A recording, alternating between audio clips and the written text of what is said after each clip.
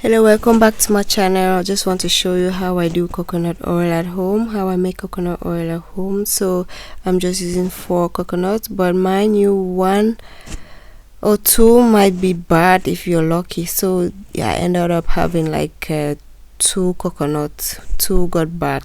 So I chopped them, rinsed them very well, and then I blended it. So that's what I got. I blended it with some water in it, and then I sieve it first. I started using this small sieve, but it was taking me so much time, so I just cut a very nice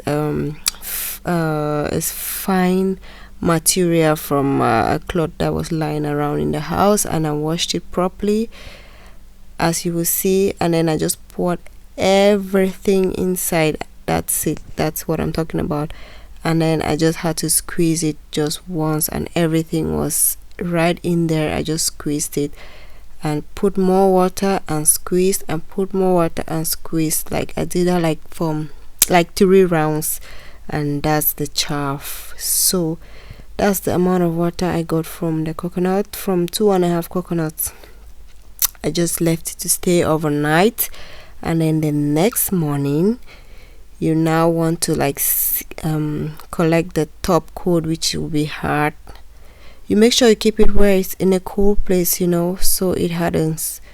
So I just like drain all of that top layer into another container or another pot, the pot in which you're gonna cook the coconut, or to produce the coconut from. I don't know the correct word to use here, but I just sieved the collected all the top layer. You know, if you preserve it in a warm place, it's not really gonna form this top layer like properly. It will just be too light, and you face difficulties in draining it.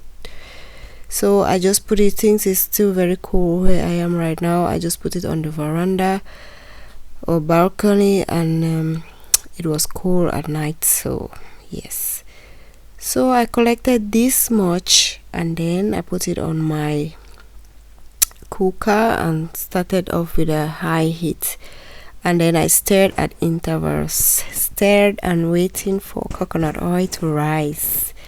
So you keep doing that, and the thing boils down and reduces into some nice juicy coconut oil. I think this whole process took me at most 45 minutes, and I had my coconut oil in my arms. That sounds weird. Yeah, as you can see, that's my coconut oil coming up. If you want it brown, then you have to allow the residue to get brown, but if you want white coconut oil, then about somewhere here, I think about this point or a little bit later on, that's when you should drain the oil from separate the oil from the residue. So yeah, I just let it boil and boil and boil and boil and boil. And then when when I see like the residue is getting dry, like when all the moisture is out of the residue, then I know my coconut oil is ready to be drained. So now I just drain it in that same cloth I used earlier on, but I have already washed it and dried it, so the other chaffs are no more in there. So as you can see, some juicy coconut oil just oozing out of the chaff, but I decided to just dump everything in there and then squeeze. But be careful, don't squeeze it with your bare hands while it's still like burning hot. Be careful, you have to let it cool a little bit before you do the squeezing. So yes, you see that oil dripping, oil of life. I use coconut oil a lot, seriously, on so many things. Okay, so that's the amount I got. I'm just since the amount is not that much, I'm just going to transfer it into a smaller container. So that's the amount of oil I got from 2.5 coconuts. So be sure to get very ripe, no, what do they call it, very old coconuts, how do they call it, mature coconuts, that's the word. Mature coconut, in order to get much more oil from it. So 2.5 coconut oil gave me these.